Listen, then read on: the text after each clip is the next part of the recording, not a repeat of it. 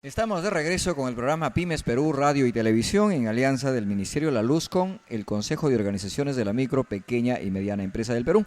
Tal como lo anunciamos, y ahí está con nosotros aquí en la mesa de trabajo el economista Miguel Ángel Martín Mato. Él es director de,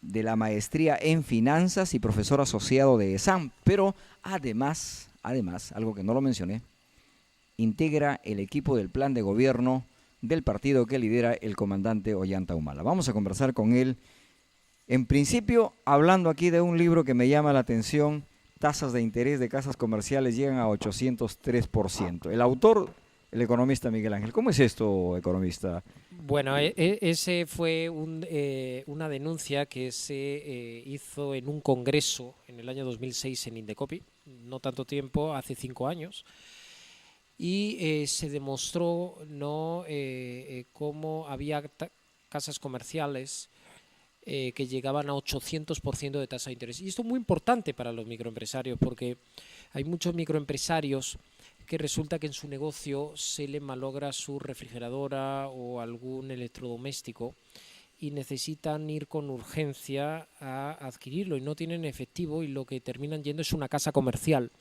y las tasas de interés en aquel tiempo se llegaban a 800.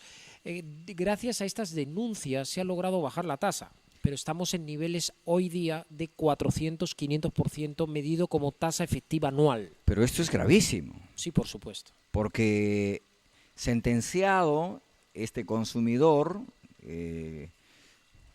uno de los actores de defensa del consumidor en todos sus esfuerzos, obviamente el electo congresista hoy, expresidente, bueno, presidente, sí, claro, expresidente de ASPEC, ¿no? De ASPEC, El doctor Delgado. Jaime Delgado.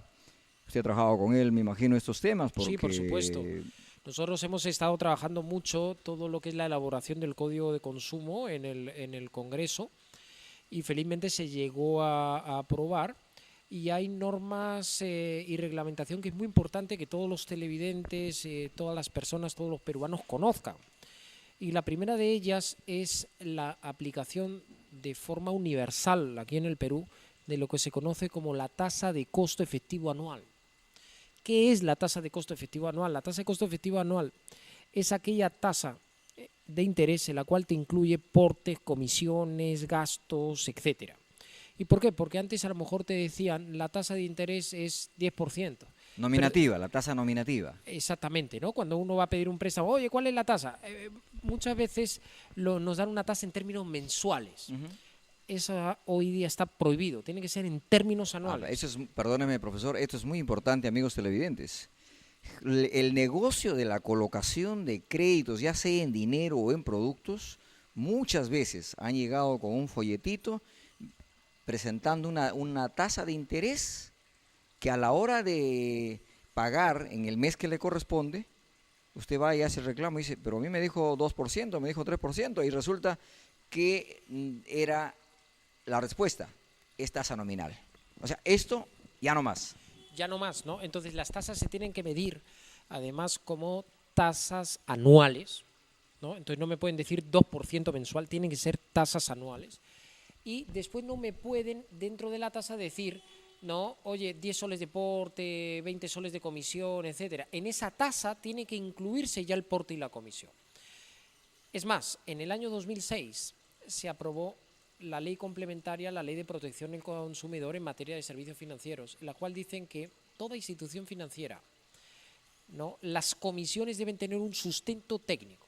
¿Cuál es el problema? Que eso es un saludo a la bandera. Entonces es una de las cosas que se van a trabajar como política de gobierno.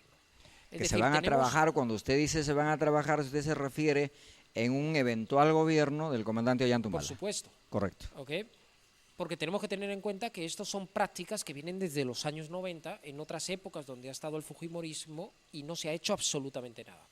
Porque es muy bonito de hablar de una economía de mercado, pero ¿cómo vas a tener una economía de mercado si tú no sabes el precio? Tú imagínate que vas a comprar unos zapatos y no sabes el precio de los zapatos. ¿Cómo puedes comparar qué es lo más barato? Es imposible. Hoy día en la banca sucede eso. las personas no saben comparar cuál es el crédito más barato. Entonces ya hay dispositivos legales, ya hay normativa, pero sin embargo es un saludo a la bandera. Y eso tiene que cambiar. ¿Y cómo va a cambiar? Muy sencillo, hay que hacer que los entes reguladores, ¿no?, se empoderen. En este caso, Indecopi, Estamos hablando de Indecopi y la Superintendencia de Banca y Seguro tiene que cambiar su rol que también. recuerdo que crearon incluso una defensoría del usuario de créditos, Claro, que no sé si finalmente, valga la verdad, dio resultados, sí. pero se intentó. Te comento cómo ha sido, ¿no? La Defensoría del Cliente Financiero es un ente, pero es un ente de ASBAN, de la Asociación de Bancos. Juez y parte. Entonces es juez y parte. Entonces, Indecopi todavía tiene un retraso ahí. En Indecopi hay que lograr que haya una división especializada en materia de servicios financieros, porque es el rubro más reclamado en Indecopi. Pero ¿qué sucede? Que en Indecopi, ¿no?, la mayor parte del personal no es especialista en estos temas de finanzas.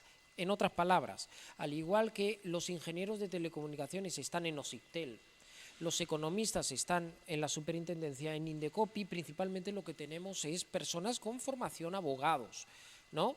Entonces, se necesita crear un área especial para también ver los temas pertenecientes a lo En que este es materia caso, de consumidor en servicios financieros, Servicios financieros, que correcto. tienen un componente matemático un poco más complejo.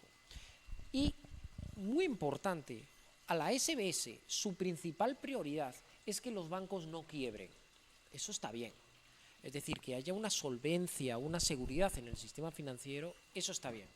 Pero que se engañe a los clientes, eso le da lo mismo.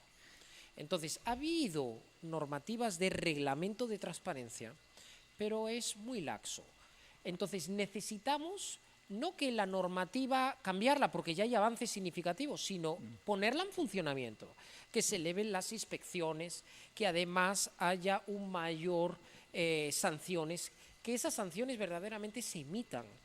Yo te pregunto, ¿cuántos bancos han multado por temas de transparencia este año? Yo no conozco a ninguno que hayan multado, ni en este año, ni en el anterior, ni en el anterior. Ahora, usted ha dicho algo muy importante, o sea, hay muchas denuncias, pero que el seguimiento para estas significa tiempo, costo y conocimiento.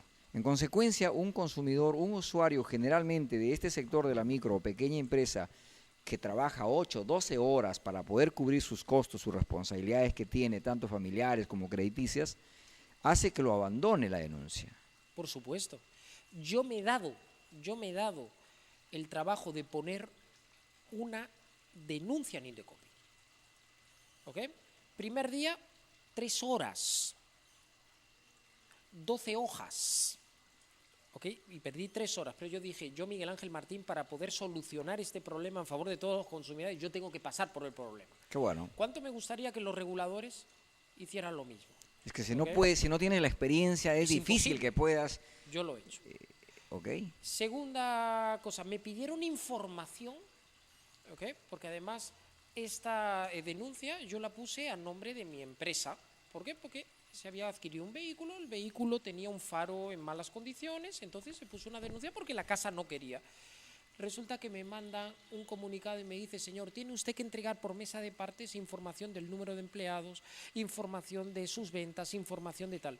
Digo, oye, pero si yo soy el denunciante, no el denunciado, y tiene que entregarlo en 3 días útiles, si no, queda archivada. Esa es la razón por la que muchos se desaniman.